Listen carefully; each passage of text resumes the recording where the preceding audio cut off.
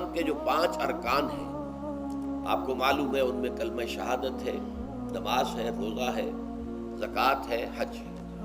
تو ان میں سے ایک رکن جو ہے صیام، روزہ، اس کے بارے میں اس کے جملہ احکام، ابتدائی احکام کیا تھے، تکمیلی احکام کیا تھے، پھر اس کی حکمتیں درجہ بدرجہ، روزہ محض روزہ ہوتا تو اس کی حکمت کیا تھی، مقصد کیا تھا، اور روزے کے ساتھ رمضان مبارک کا پروگرام قیام اللیل کو شامل کیا گیا تو اس کا مقصد کیا ہے، اس کا مطلوب کیا ہے، اس کا مقصود کیا ہے۔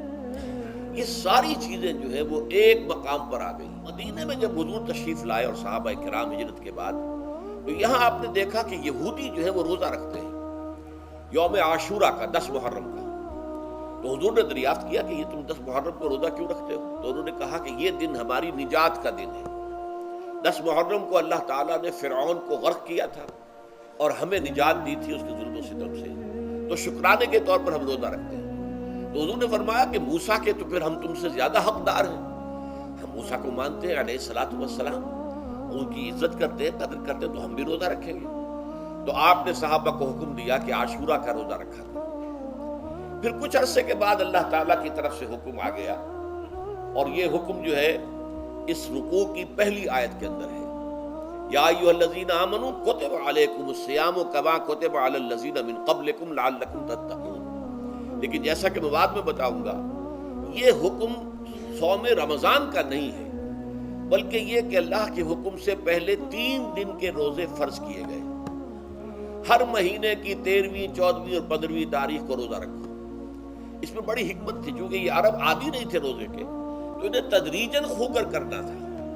ظاہر بات ہے کہ 30 دن جو ہے وہ تو ایک بڑی مدت ہے، اور ظاہر بات ہے کہ مئی کا مہینہ بھی آ جائے گا، اس میں جون بھی آئے گا، جولائی بھی آئے گا، قیامت خیز مہینے آ جائیں گے، تو بڑی ہمت جواب دے جائے گی۔ تو پہلے روزہ، ہر مہینے 3 روزے رکھنے کی ان کو مشق کرائی جائے تاکہ یہ عادی ہو۔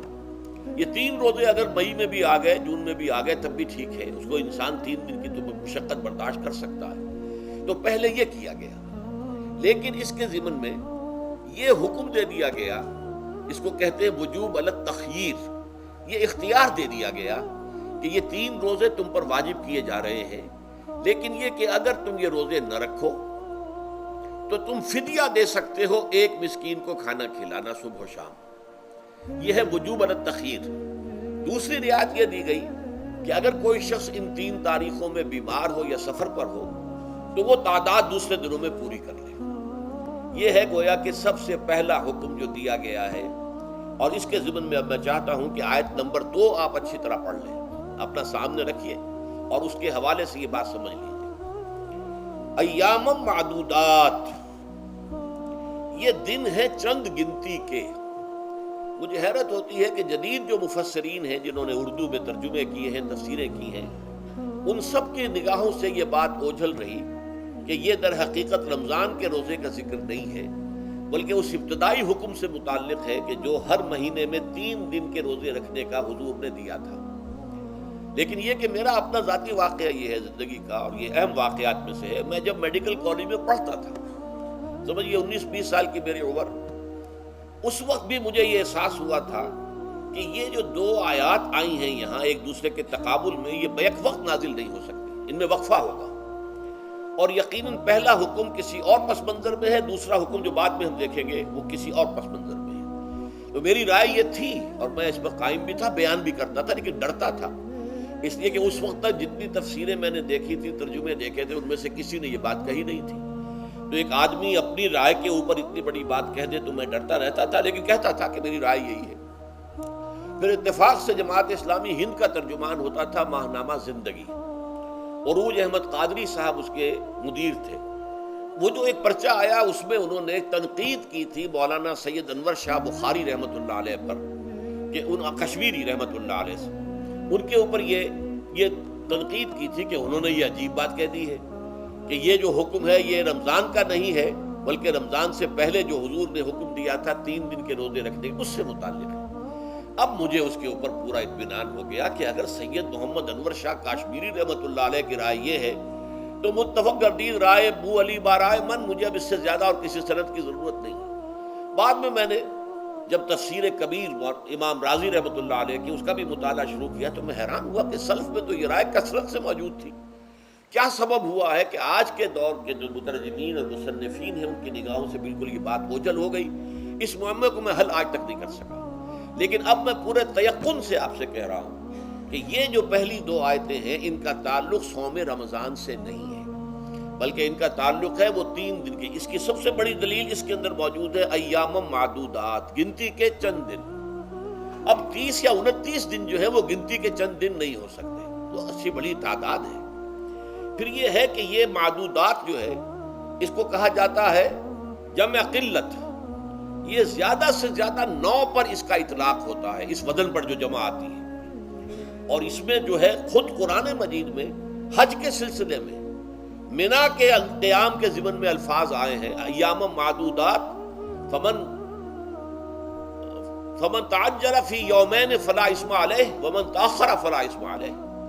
منا میں قیام ہے گنتی کے چند دن، تو جو 2 دن ہی میں جلدی کر کے وہاں سے واپس ہو جائے اس پہ بھی کوئی اس گناہ نہیں ہے، اور جو مؤخر کر کے 3 دن پورے کرے اس پر بھی کوئی گناہ نہیں. تو وہاں پر بھی نظیر موجود ہے کہ 2 یا 3 دن پر اس کا اطلاق ہو رہا ہے. تو یہاں پر ایام معدودات سے لازماً یہ مراد ہے کہ یہ 3 دن جو ہے ہر مہینے میں 13ویں 14ویں 15ویں در حقیقت اس روزے سے متعلق یہ آیت آ رہی ہے. اور یہ بھی نوٹ کر لیجئے کہ رمضان کے روزے کی فرضیت کے بعد بھی حضور کا معمول اور آپ کے صحابہ کا اور جو بھی ہمارے ہاں اتباع کرتے ہیں حضور صلی اللہ علیہ وسلم کا نوافل میں بھی ان کا یہ معمول ہے.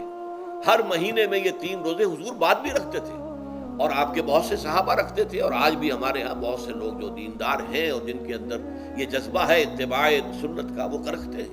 13ویں 14ویں اور 15ویں تاریخوں کا ان کو ایام 20 کہتے ہیں. اس کی راتیں روشن ہوتی ہیں، 13ویں رات 14ویں رات 15ویں رات. چاند جو ہے اس کے اندر آپ کو معلوم ہوتا ہے 14ویں کو تو مکمل ہوتا ہی ہے، 13ویں اور 15ویں کا بھی تقریباً مکمل ہے. تو ایام 20 کے روزے جو ہیں بعد میں بھی برقرار رہے ہیں، لیکن نفلاً. فرض اس کے بعد جو ہے وہ رمضان کے روزے ہو گئے. ایام معدودات یہ دن ہے گنتی کے. فمن کان منکم مریض او علی سفر فعدۃ من ایام اخر. تو جو کوئی بھی تم میں سے ہو بیمار یا سفر پر تو وہ تعداد پوری کر لے دوسرے دنوں.